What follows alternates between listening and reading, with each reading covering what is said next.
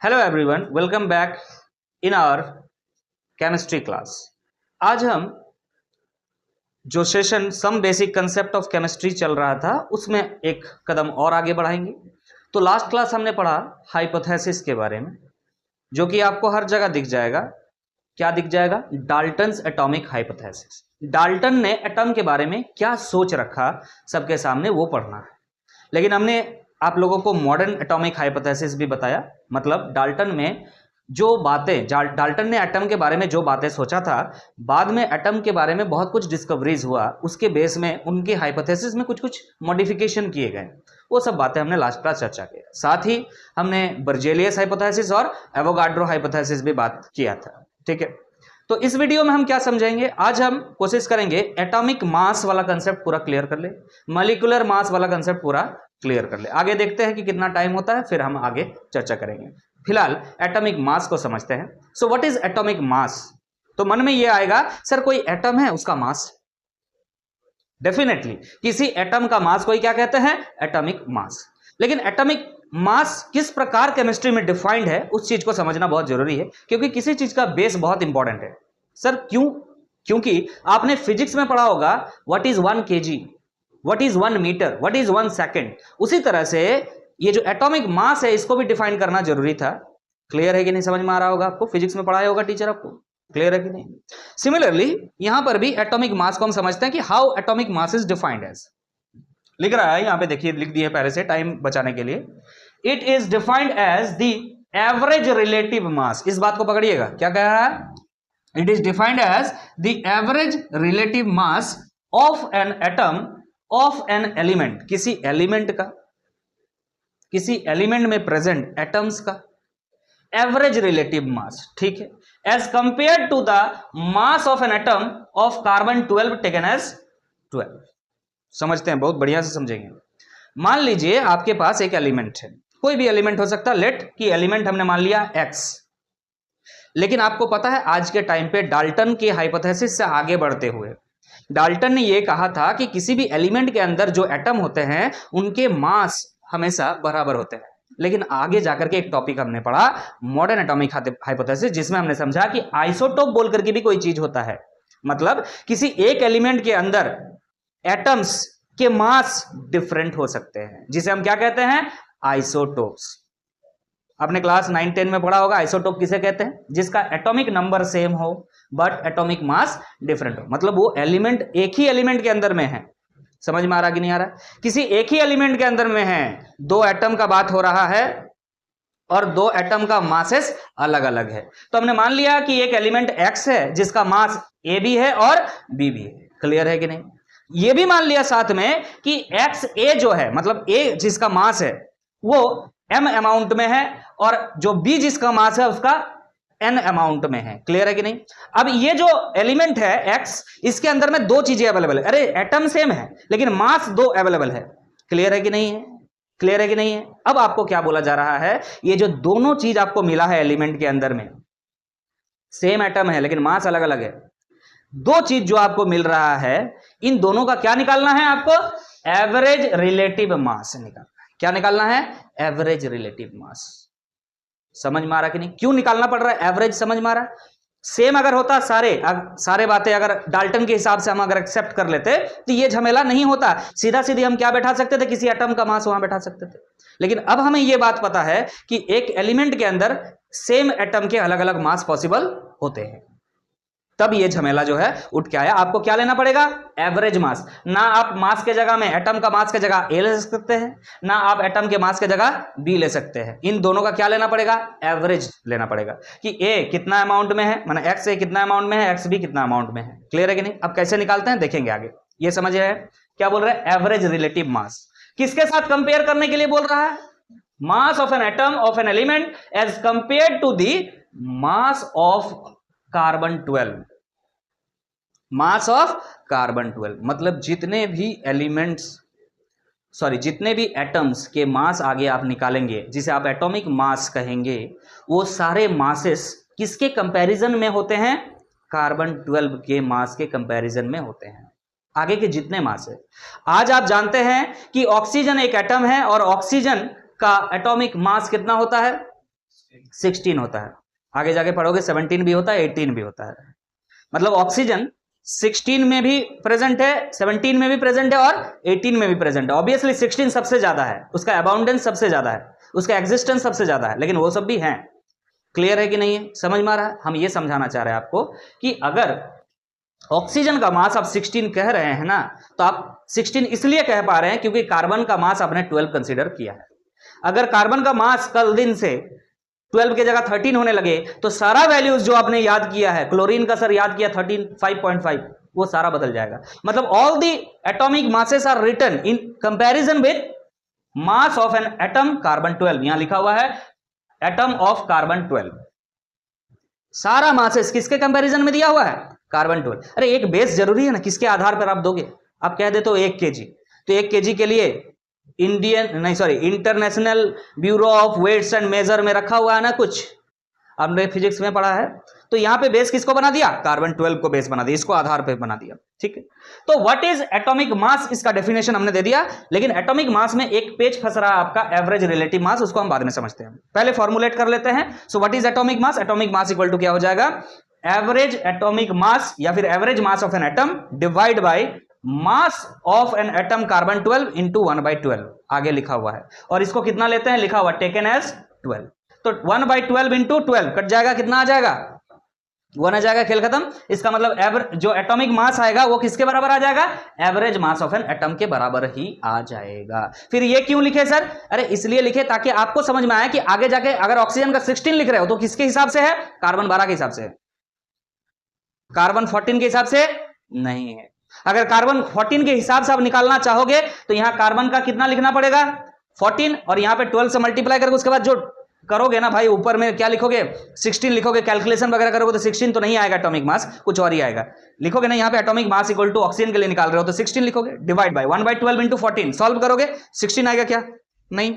इसलिए इस बात को ध्यान रखिएगा, मास of an atom of carbon 12 ही लेना है यहां, तभी ऑक्सीजन का कितना है? 16 है। बहुत बड़ी बात आपको कह दी आज हम, समझ में आ गया? ये कंसेप्ट भेजा में घुस गया है, क्लियर है? आगे बात करते हैं। सर इसको कैसे निकाला जाए, average mass of an atom कैसे निकाला जाए? तो इसके लिए हमने यहां लिख दिया, देखिए एवरेज एटॉमिक मास या average mass of an atom कैसे निकालेंगे। ऐसे दिया हुआ, मान लीजिए दो, देखिए एलिमेंट तो सेम है, उसके एटम सेम है, उसका मास अलग अलग है। मान लिया हमने कि मास कितना है आपका? ए है, मास कितना है आपका? बी है। आप समझ सकते हैं कि ऑक्सीजन अगर एग्जांपल ले ले, समझिए ध्यान से, ऑक्सीजन अगर ध्यान दे ले, ऑक्सीजन होता है भाई 16, या ऑक्सीजन होता है 17, या ऑक्सीजन होता है 18, ये तीनों पॉसिबल है। क्लियर है कि नहीं? मान लेते हैं, हमें अभी एग्जैक्टली याद नहीं आ रहा, मान के चलिए कि ये आपका 90% है, बाकी दो आपको दिख रहा है 10% होगा, इसको मान लेते हैं 7% है, इसको मान लेते हैं 3% है। टोटल आपका समझ में आ गया है? अब आप इसका कैलकुलेशन कैसे कीजिएगा हम यहां पे समझाएंगे। फॉर्मूला देख लीजिए पहले इसका, ये जो चीजें लिखा हुआ है एबेंडेंस है, और वो भी रेशियो में लिखा हुआ है कि इतना इज टू इतना में है। तो मान के चलिए कि एवरेज एटॉमिक मास हमको निकालना किसका?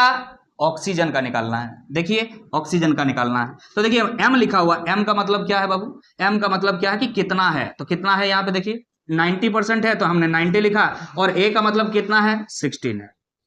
क्लियर है? प्लस देखिए ध्यान से कितना परसेंट है? 7% है, और कितना कितना मास है? 17 है, 17 है। लेकिन दो चीज ही लिखा हुआ है। अरे इसमें दो एग्जांपल लिए थे हम, तीसरा भी हो सकता है, यस और नो? यहाँ तीसरा भी अवेलेबल है, तो कितना लिखेंगे यहाँ पे प्लस करके 3 इंटू कितना मास है? 18 है। अब डिवाइड करना है आपको क्या? किससे?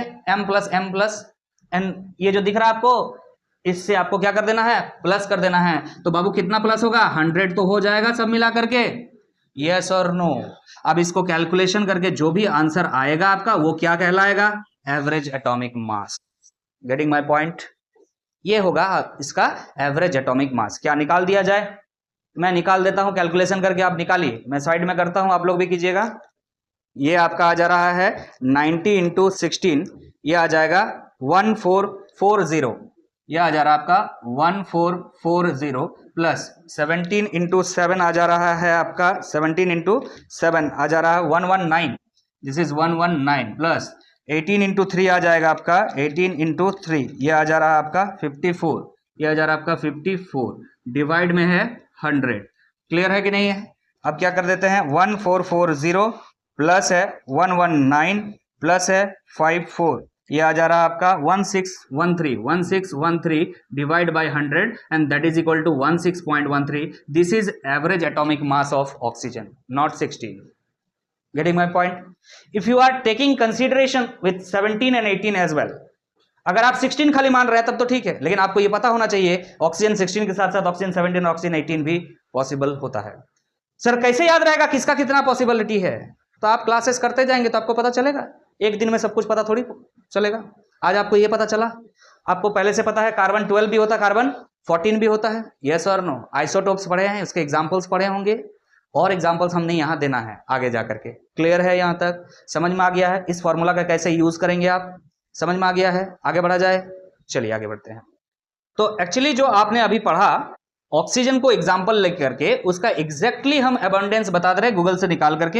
ये जो ऑक्सीजन 16 पढ़ते हो आप, ऑक्सीजन 17 पढ़ते हो आप, ऑक्सीजन 18 पढ़ते हो, उसका अबंडेंस कितना होता है? 16 वाला का लिख रहा है, ये लिख रहा है 99.76%. सिमिलरली 17 वाला का लिख रहा है 0.04% और 18 वाला का लिख रहा है आपका 0.20%.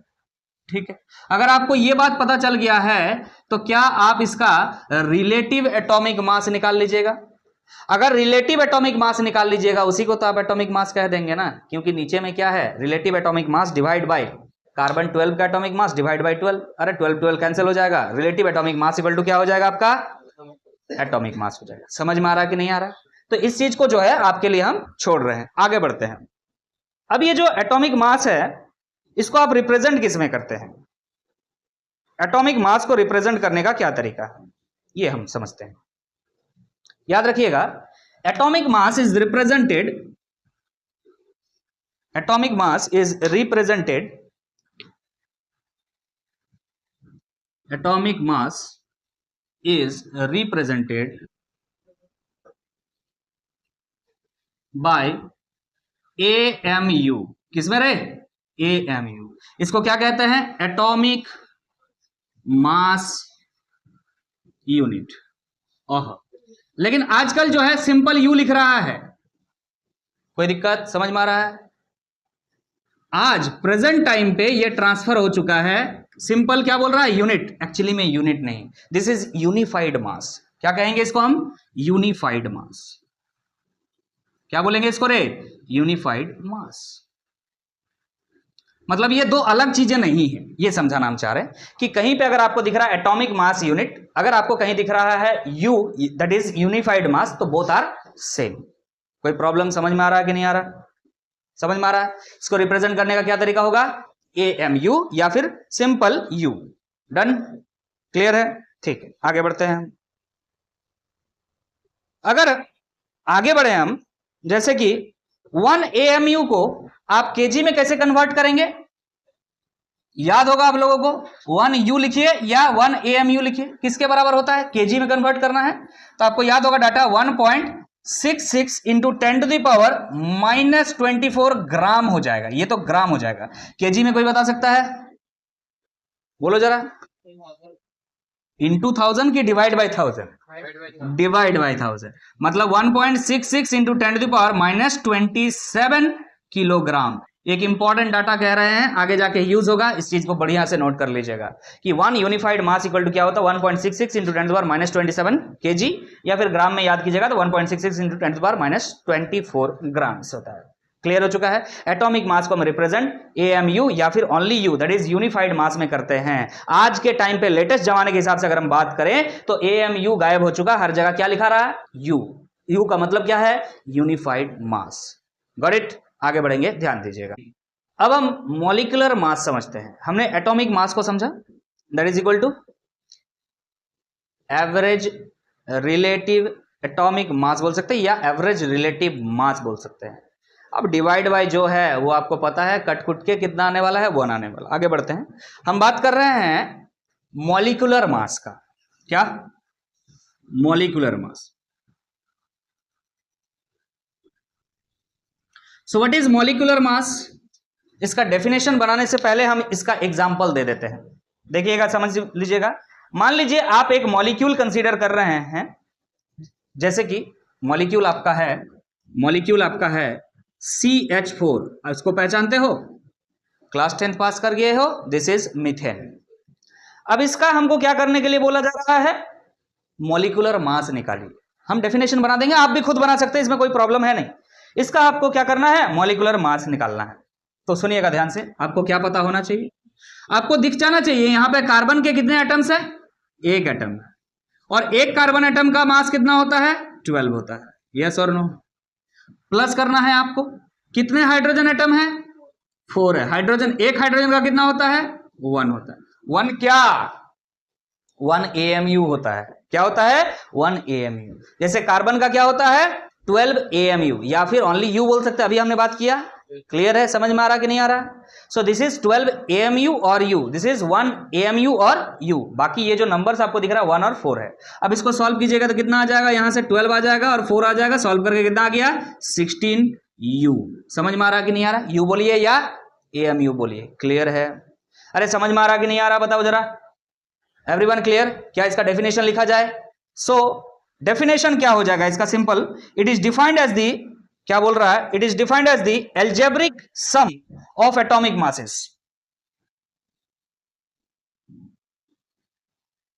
Algebraic sum of atomic masses, algebraic sum of atomic masses. ये अपने मॉलिक्यूल लिया, इस मॉलिक्यूल के अंदर जितने भी एटम्स है उन सभी के मास को क्या कर दिया, आपस में ऐड कर दिया, एल्जेब्रिक सम कर दिया। एल्जेब्रा में जैसे सम करते हैं हम लोग, algebraic sum of atomic masses of the elements,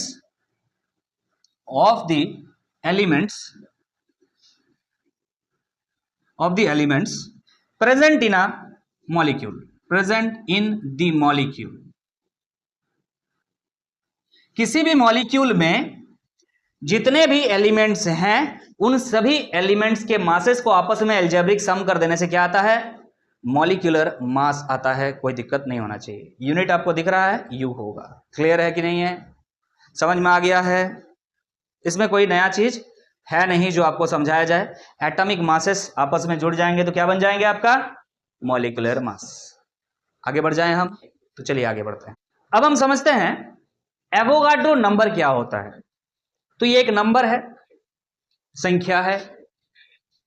क्या है संख्या, it is the amount of atoms और मॉलिक्यूल्स। एटम्स भी हो सकते हैं, मॉलिक्यूल्स भी हो सकते हैं, ये लिखे हुए हैं, लेकिन कोई भी एंटिटीज हो सकते हैं। एटम्स हो, मॉलिक्यूल्स हो, इलेक्ट्रॉन्स हो, प्रोटॉन्स हो, केला हो, एनीथिंग। अगर 1 मोल कह रहा है तो कुछ भी है, any entities. It is the amount of atoms और molecules present in 1 mole of substance. अगर कोई सब्सटेंस है, आपने क्लास 11th में आकर के फंडामेंटल फिजिकल क्वांटिटीज पढ़ा है। अगर आपने फंडामेंटल फिजिकल क्वांटिटीज पढ़ा है तो उसमें 7 फंडामेंटल फिजिकल क्वांटिटीज पढ़ा होगा, उसमें से एक अमाउंट ऑफ सब्सटेंस पढ़ा है। और अमाउंट ऑफ सब्सटेंस का यूनिट क्या होता है, मोल। किसी भी सब्सटेंस का जो अमाउंट है वो किस में मेजर होता है, मोल में मेजर होता है। समझ में आ रहा कि नहीं, मतलब ये मोल एक बहुत इंपॉर्टेंट टॉपिक है, इसे आपको अलग से समझना चाहिए। मोल ऑफ सब्सटेंस समझ लेंगे हम, चिंता मत कीजिएगा। आप समझिए कि अमाउंट है, ये एक अमाउंट है। तो मान लीजिए जैसे 1 kg होता है अमाउंट एक, उसी तरह 1 मोल एक अमाउंट है। ठीक है, अभी समझेंगे हम। अगर 1 मोल कोई चीज दिया हुआ है आपको, तो बोला जाएगा उस 1 मोल के अंदर जो चीज आपने डाला है वो कितना है, नंबर्स पूछेगा उसका। समझ में आ रहा कि नहीं आ रहा। जैसे कि आपसे पूछा जाता है 1 डजन, यहां आप कुछ भी लिख दीजिए। अरे 1 डजन बुक लिख दीजिए। 1 डजन बुक का मतलब 12 बुक्स ही तो होता है। समझ में आ रहा कि नहीं आ रहा। 1 डजन बुक का मतलब 12 बुक्स ही होता है। 1 डजन, यहां पे आप बनाना लिख दीजिए, अम्ब्रेला लिख दीजिए, कुछ भी लिख दीजिए। 1 डजन स्टूडेंट लिख दीजिए, तो क्या हो जाएगा, ये तो 12 ही होगा। So it is fixed as dozen. Dozen का मतलब 12 होता है। और ये Avogadro number, that is 1 mole में कितने नंबर हैं ये बताता है। और वो किसके बराबर होता है ना, 6.022 इंटू 10⁻23 पर मोल। पर मोल का मतलब क्या, हर मोल में। आपको बोल दिया जाए 2 मोल का बताइए तो 2 से मल्टीप्लाई कीजिएगा। समझ में आ रहा कि नहीं आ रहा।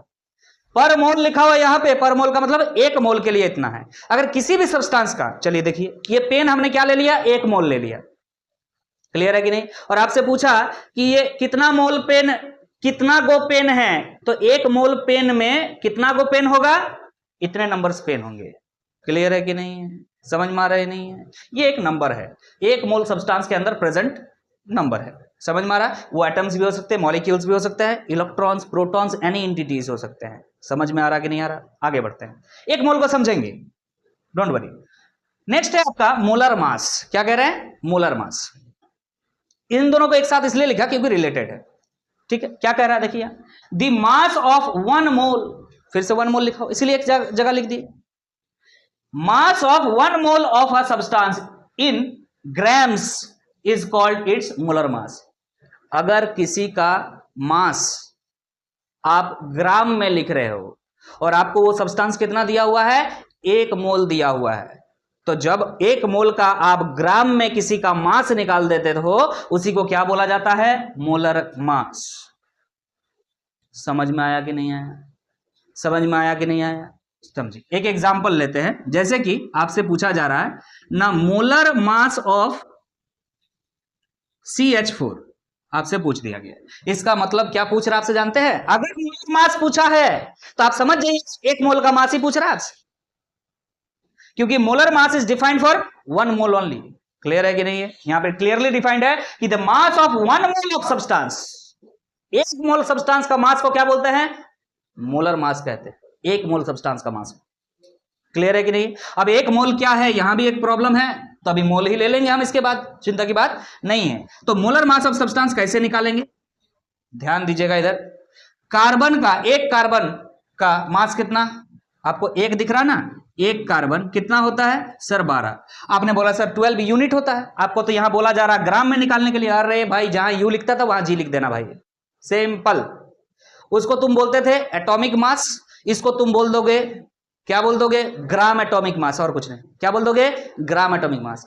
किसी एटम के मास को ग्राम में लिखने का जो तरीका है उसे क्या कहा जाता है, gram atomic mass, nothing more than that. इसीलिए ज्यादा प्रेशर नहीं लेगा सर, एक एक जगह पढ़े ना AAM, एक जगह पढ़े ना सर GAM, एवरेज एटॉमिक मास, ग्राम एटॉमिक मास, बहुत कंफ्यूजन, कोई टेंशन नहीं। अगर आप किसी एटम के मास को ग्राम में कंसीडर कर रहे हो, that is gram atomic mass. Clear है कि नहीं। और यूनिफाइड मास में अगर लिख रहे हो तो उसको आप एवरेज एटॉमिक मास बोल सकते हो। क्लियर है। वापस आते हैं, कार्बन एक है और 12 होता है इसका, 12 ग्राम लिखो भाई, ठीक है कि नहीं। प्लस यहां पे कितना है, हाइड्रोजन 4 है, हाइड्रोजन का कितना होता है, 1 ग्राम होता है, ग्राम में लिख रहे हैं। तो क्या निकल करके आ गया, 12 + 4 that is equal to 16 grams. समझ में आ रहा कि नहीं आ रहा, क्या ये बात सही है, लिखे है, देखिए ध्यान से, molar mass of methane equal to कितना आ गया, 16 gram. This is not enough to write, you have to write once per mole. ध्यान रखिएगा, 16 ग्राम कितना का, एक मोल का, याद रखिएगा। तो मोलर मास का यूनिट क्या होता है, ग्राम पर मोल होता है, इस बात को ध्यान रखना जरूरी है। क्लियर है कि नहीं है, अरे समझ में आ रहा कि नहीं आ रहा है, क्या है यूनिट इसका, ग्राम पर मोल, क्योंकि एक मोल के लिए ही आप हमेशा क्या निकालोगे, मोलर मास निकालोगे। तो ग्राम खाली लिख देने से काम नहीं चलेगा। क्लियर है कि नहीं है, सबको समझ में आया, पर मोल निकलता है मोलर मास। अब ये मोल मोल मोल मोल वाला टेंशन आ रहा है, तो मोल का झमेला को अभी खत्म करेंगे, ध्यान दीजिए। अब हम समझ लेते हैं ये जो परेशानी वाले वर्ड है, क्या है, मोल। मोल क्या है, देखिए ध्यान से क्या कह रहा है, पहले डेफिनेशन पढ़ते हैं, प्रॉपर उसको अंडरस्टैंड करेंगे। हमने आपको बताया है ये बात अभी थोड़ा देर पहले ही, क्या कि मोल एक नंबर है, मोल में प्रेजेंट, मोल एक अमाउंट है, सॉरी, अमाउंट ऑफ सब्सटेंस को किस में मेजर करते हैं, मोल्स में मेजर करते हैं। क्लियर है कि नहीं। और मोल के अंदर एक नंबर होता है जिसे एवोगाड्रो नंबर कहते हैं, इतना आपको आइडिया है अभी। तो मोल क्या है, एक मोल किसको बोल देंगे, कह रहा it is the amount of a substance, कोई भी सब्सटेंस का वो अमाउंट होता है, किसी भी सब्सटेंस को आप एक मोल कह सकते हो, कब कह पाओगे, that contains as many particles और entities as the number of atoms is exactly 12 grams of pure carbon 12। अगर आपके पास कार्बन है, लेकिन कौन सा वाला कार्बन, आपको पता है आइसोटोप्स होते हैं कार्बन के 12 मास भी होते हैं और 14 मास भी होते हैं, but you have to take pure carbon 12, मैंने सिर्फ उसमें कार्बन 12 है। क्लियर है कि नहीं? अब कार्बन 12 कितना ग्राम लेना है ना, 12 ग्राम लेना है, 12 ग्राम्स। आपने कार्बन 12 को कितने ले लिया, 12 ग्राम ले लिया, और उसको क्या कर लिया, मेजर कर लिया, और मेजर करके जो अमाउंट आया उसी अमाउंट का नाम आपने क्या दे दिया, उसी का नाम आपने दे दिया 1 मोल। तो कह रहा कि 12 ग्राम कार्बन 12 का जो अमाउंट होता है उसी को क्या बोलते हैं हम, 1 मोल कहते हैं। क्लियर है कि नहीं है? ठीक है सर। तो 1 मोल जो है अगर एटम है तो कितने नंबर होंगे उसमें, तो थोड़ा देर पहले अभी डिस्कस किया आपने, क्या, एवोगाड्रो नंबर। आपको पता होगा एवोगाड्रो जो नंबर है उसके बराबर होगा, and that is equal to how much, 6.022 into 10 to the power 23। कुछ भी हो सकता है, यहां पे इसीलिए लिखा हुआ है एज मैनी पार्टिकल्स और इंटिटीज, कुछ भी हो सकते हैं, पार्टिकल्स और इंटिटीज कहिए, मतलब एटम्स भी हो सकते हैं, इतने एटम्स भी हो सकते हैं, इतने मॉलिक्यूल्स भी हो सकते हैं, इतने इलेक्ट्रॉन, प्रोटॉन, एनीथिंग। क्लियर है कि नहीं? तो 1 मोल में इतना इंटिटीज होते हैं। ठीक है सर, इतना मोल, इतना एटम हो सकते हैं, इतना इलेक्ट्रॉन हो सकते हैं, कुछ भी हो सकते हैं। आगे ये क्या लिखा हुआ है sir, molar mass of substance. अभी तो आपने पढ़ा, क्या बोला कि what is molar mass. The molar mass क्या होता है ना, किसी भी सब्सटेंस का 1 मोल का जो मास होता है उसी को क्या बोलते हैं, मोलर मास कहते हैं। क्लियर है कि नहीं है? अभी आपने पढ़ा, लेकिन ये बात जो लिखा हुआ है ये आपको थोड़ा सा कॉन्टेक्स्ट से बाहर जाएगा, और इस चीज को हम अभी डिटेल में समझेंगे। क्लियर है? ये कह रहा है कि अगर आपके पास कोई गैस है, अगर आपके पास कोई गैस है, कितना है, 1 मोल है, सब्सटेंस का वेट, सब्सटेंस का अमाउंट कितना लेना है आपको, 1 मोल लेना है। तो आपने गैस लिया, और गैस का अमाउंट ऑफ सब्सटेंस कितना है, 1 मोल। आपने 1 मोल गैस लिया, तो बोल रहा उस गैस का जो वॉल्यूम होगा उस वॉल्यूम को कितना कहेंगे, 22.4 लीटर। ये फिक्स है, लेकिन याद रखिएगा एक कंडीशन है, at STP, that is standard temperature and pressure.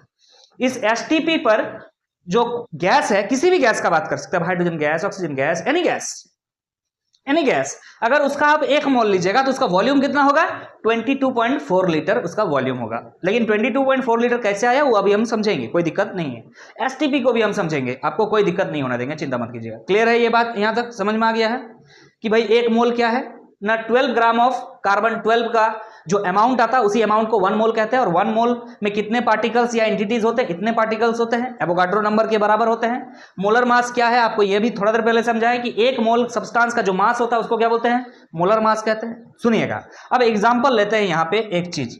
Clear है कि नहीं? देखिए ध्यान से, एग्जाम्पल को समझिएगा, ये बातें पूरा क्लियर हो जाएगा। आपको बोल दिया गया कि 1 मोल आपके पास CH4 है, ठीक है कि नहीं? आपके पास क्या है, 1 मोल CH4 आपको दिया हुआ है, ठीक, CH4 दैट इज मीथेन है। ओके सर, तो मीथेन ये जो 1 मोल दिया है इसका मोलर मास कितना होगा, आपको पता है मोलर मास क्या होता है सर, 1 मोल का मास को ही क्या कहते हैं, मोलर मास। और मोलर मास निकालने का तरीका भी थोड़ा देर पहले बताए थे, कार्बन का कितना हो गया 12, और हाइड्रोजन का कितना हो गया 4, दैट इज कितना हो गया 12 और 4 कितना हो गया 16 ग्राम ऑफ CH4 लिख सकते हैं आप। मतलब 1 mole of CH4 is equal to, आप क्या लिख सकते हैं, 16 gram of CH4। This is mole, this is gram. Clear है कि नहीं? ये दोनों आपस में क्या होते हैं, बराबर होते हैं। 1 मोल में कितने ग्राम CH4, 16 ग्राम CH4। ओके सर, समझ में आ गया। अब ना मॉलिक्यूल्स के बारे में बात कीजिए, कितने मॉलिक्यूल्स होंगे, क्योंकि CH4 एटम नहीं है सर, मॉलिक्यूल है, तो कितने को मॉलिक्यूल होंगे ना बाबू, 6.022 इंटू 10 टू द पावर 23 को CH4 मॉलिक्यूल्स होंगे। अरे समझ में आ रहा कि नहीं आ रहा? आपसे पूछेगा 1 मोल CH4 में कितना गो CH4 है, तो सर इतना गो CH4 है, ये कह रहे हैं आपसे। क्लियर है कि नहीं? समझ में आ रहा है? ये चीज अगर यहां पे कोई एटम लिखा हुआ रहता तो इतना गो एटम होता, यहां मॉलिक्यूल लिखा हुआ तो इतना गो मॉलिक्यूल है भाई। क्लियर है कि नहीं है? चलिए आगे बढ़ते हैं, इस चीज को समझा जाए क्या। मीथेन एक गैस है, तो अगर मीथेन एक गैस है और आपको दिया गया कितना, 1 मोल मीथेन, तो इसका वॉल्यूम कितना होगा, सीधा सीधी दिमाग में आ जाना चाहिए सर, 22.4 लीटर इसका वॉल्यूम होगा। किस पर, एट एसटीपी। ध्यान रखिएगा, ये एसटीपी को हम अभी थोड़ा देर में समझते हैं, स्टैंडर्ड टेम्परेचर एंड प्रेशर पे इसका वॉल्यूम कितना होगा, ये होगा। तो क्या आपको ये एग्जांपल क्लियर है? 1 मोल CH4 का मतलब 16 ग्राम CH4, इतना गो CH4 मॉलिक्यूल, इतना लीटर वॉल्यूम, 1 मोल का 3 मतलब हमने समझा यहाँ पे। आई होप आपको समझ में आ गया होगा। क्लियर है कि नहीं? अब हम काम करते हैं, एक काम करते हैं, ये जो वॉल्यूम आपको दिख रहा है, इस वॉल्यूम के बारे में समझते हैं। इसका एक स्पेसिफिक नाम है जिसे आप, जैसे आप मोलर मास लिख रहे हैं ना, इस चीज को आप क्या लिखते हैं? मोलर वॉल्यूम लिखते हैं, क्योंकि यहां वॉल्यूम का बात हो रहा है। एक मोल में प्रेजेंट वॉल्यूम को मोलर वॉल्यूम कहेंगे, एक मोल में प्रेजेंट मास को मोलर मास कहते हैं, एक मोल में प्रेजेंट वॉल्यूम को मोलर वॉल्यूम कहेंगे, और वो कितना के बराबर होता है? 22.4 लीटर। चलिए डिटेल में समझते हैं, ध्यान दीजिएगा। अब हम मोलर वॉल्यूम को समझ लेते हैं। जैसे ही अभी हमने समझा कि मोलर वॉल्यूम क्या होता है, कि एक मोल में किसी गैस का जो वॉल्यूम होता है उसी को क्या कहते हैं? Molar volume. सेम चीज लिखा हुआ है, it is the volume occupied by 1 mole of gas at STP. Condition है यहां पे क्या है? एसटीपी कंडीशन में। इसी चीज को अब हम जो है क्लियर करेंगे एक एक करके, समझ रहे हैं? मोलर वॉल्यूम क्या होता है ना? एक मोल का जो वॉल्यूम होता है किसी गैस का, उसको हम क्या बोल देंगे? Molar volume. लेकिन कंडीशन क्या है? स्टैंडर्ड टेम्परेचर एंड प्रेशर होना चाहिए। देखिए लिख रहा है molar volume of a gas equal to, लिख रहा है 22.4 लीटर एट एसटीपी। अभी इसी बात को समझते हैं कि एसटीपी का मतलब क्या होता है। एसटीपी का फुल फॉर्म तो मैंने बता ही दिया, बार बार बोल रहे हैं, स्टैंडर्ड टेम्परेचर एंड प्रेशर। अगर स्टैंडर्ड टेम्परेचर एंड प्रेशर कितना हो, ध्यान से सुनिएगा, अगर टेम्परेचर कितना हो 273 केल्विन और प्रेशर कितना हो, प्रेशर हो जाए 1 atm, ध्यान से 1 एटमॉस्फेरिक प्रेशर, तो इसको हम क्या कहते हैं सर? एसटीपी कहते हैं, standard temperature and pressure. Clear है कि नहीं? टेम्परेचर का वैल्यू 273 केल्विन और प्रेशर का वैल्यू 1 atm, तो कितना आता है ना? 22.4 लीटर वॉल्यूम आता है। कैसे आता है अगर आप चाहेंगे तो अभी जस्ट हम दिखा देंगे थोड़ा देर में। क्लियर है कि नहीं? इस बात को मानिए कि एसटीपी क्या होता है, ये होता है। लेकिन आप कई जगह पे, कई बुक्स में आप देखे होंगे, आप कंफ्यूज भी हुए होंगे अगर आप मोल कॉन्सेप्ट के सवाल बना रहे हैं। कई जगह लिखा हुआ रहता है 22.4 लीटर, कई जगह लिखा रहता है 22.7 लीटर। तो आप कंफ्यूज ना रहे भाई। अगर आपको क्या है, टेम्परेचर 273 और प्रेशर है 1 atm, तो यही होगा। लेकिन अगर थोड़ा सा डिफरेंट कर दिया जाए, क्या डिफरेंस कर दिया जाए? टेम्परेचर तो बिल्कुल वही है 273 केल्विन, बट अगर प्रेशर 1 atm के जगह 1 बार लिख दिया जाए, एटीएम और बार में ज्यादा डिफरेंस नहीं होता है, 1.01 समथिंग ऐसा होता है। डिटेल में अभी हमको याद नहीं आ रहा एग्जैक्टली, हो सकेगा तो मैं वो भी बात बता दूंगा। बहुत माइनर डिफरेंस होता है 1 atm और 1 बार में, इसीलिए जो वॉल्यूम में भी डिफरेंस आता है बहुत माइनर होता है। आप देख लीजिए 22.7 लीटर। तो याद रखिएगा एसटीपी का मतलब तो यही होता है। कई बार एट एसटीपी या एट एनटीपी लिख देता है। अगर एनटीपी लिखा हुआ है, that is normal temperature and pressure लिखा हुआ है, तो आप कंफर्म हो जाइएगा कि आपको प्रेशर कितना लेने के लिए बोला जा रहा है, 1 बार। लेकिन अगर कभी कभी ऐसा भी होता है कि एसटीपी बोल दिया लेकिन वॉल्यूम आपका यही लिख दिया, या हो सकता है एसटीपी बोल दिया वॉल्यूम आपका यही बोल दिया, तो जो बोलेगा आप ले लीजिएगा। लेकिन अगर कुछ नहीं बोला गया है, सिंपल बोला गया है कि एसटीपी पे लीजिए, तो सीधा ये वैल्यू को लीजिएगा 22.4। और अगर आपको सीधा बोल दिया गया है एनटीपी पर लीजिए, तो एनटीपी पे क्या लिखिएगा? सीधा 22.7। लेकिन अगर बोल दिया कि एसटीपी पर है लेकिन वॉल्यूम इतना लीजिए, तो यही लीजिएगा जो बोलेगा क्वेश्चन में। आपको डिफरेंस समझ में आना चाहिए कि ये 22.4 लीटर कब होता है और 22.7 लीटर कब होता है। Temperature 273 kelvin, pressure 1 atm, volume क्या हो जाएगा? 22.4 लीटर। टेम्परेचर 273, प्रेशर 1 बार, तो क्या हो जाता है? 22.7 लीटर। इसको एसटीपी, प्योर एसटीपी कहेंगे। इसको कभी कभी एसटीपी कहते हैं, लेकिन प्योर इसको क्या कह सकते हैं? NTP, that is normal temperature and pressure. Clear है कि नहीं? अब बात आता है कि ये 22.4 ही क्यों? समझ में आ रहा कि नहीं आ रहा? इस वैल्यू को कैसे निकाला जाए? आई होप आपको जो है मोलर वॉल्यूम समझ में आ गया है। तो चलिए मोलर वॉल्यूम किसी भी गैस का जो ये 22.4 लीटर होता है, कैसे होता है, इस चीज को समझते हैं। ध्यान दीजिए, ध्यान दीजिए। अब हम इस बात को समझते हैं कि 1 मोल में अगर एसटीपी कंडीशन दिया हुआ है तो किसी गैस का वॉल्यूम 22.4 लीटर ही क्यों आता है? आप समझ सकते हैं 22.4 लीटर ही क्यों आता है। तो मैंने एक इक्वेशन लिख के रखा है आपके सामने, आपको दिख रहा है, that is PV equal to NRT. अगर आप जस्ट क्लास 11 स्टार्ट किए हैं तो आपको ये इक्वेशन अभी तक नहीं मिला होगा। क्लियर है कि नहीं? लेकिन अगर आप ये कुछ दिन और पढ़ लीजिएगा तो आपको ये मिल जाएगा। This equation is known as ideal gas equation. ये हर आइडियल गैस पे जो है एप्लीकेबल होता है। अब आइडियल गैस क्या होता है ये आपके लिए एक सवाल है, ठीक है, लेकिन फिलहाल हम इसको अप्लाई करेंगे, ठीक है। This is called ideal gas equation, ideal gas equation. इसका हम हेल्प ले रहे हैं। इसमें P क्या है, प्रेशर है, V क्या है, वॉल्यूम है, N क्या है, नंबर ऑफ मोल्स है, R क्या है, R है आपका गैस कांस्टेंट। क्या है, गैस कांस्टेंट। किसी भी गैस के लिए ये एक नंबर है, गैस कांस्टेंट, ठीक है। इसका वैल्यूज हमने लिखा है, 2 लिखा है, आपको दिख रहा है। इसका वैल्यू क्या होता है, 0.082 लीटर एटीएम पर केल्विन पर मोल।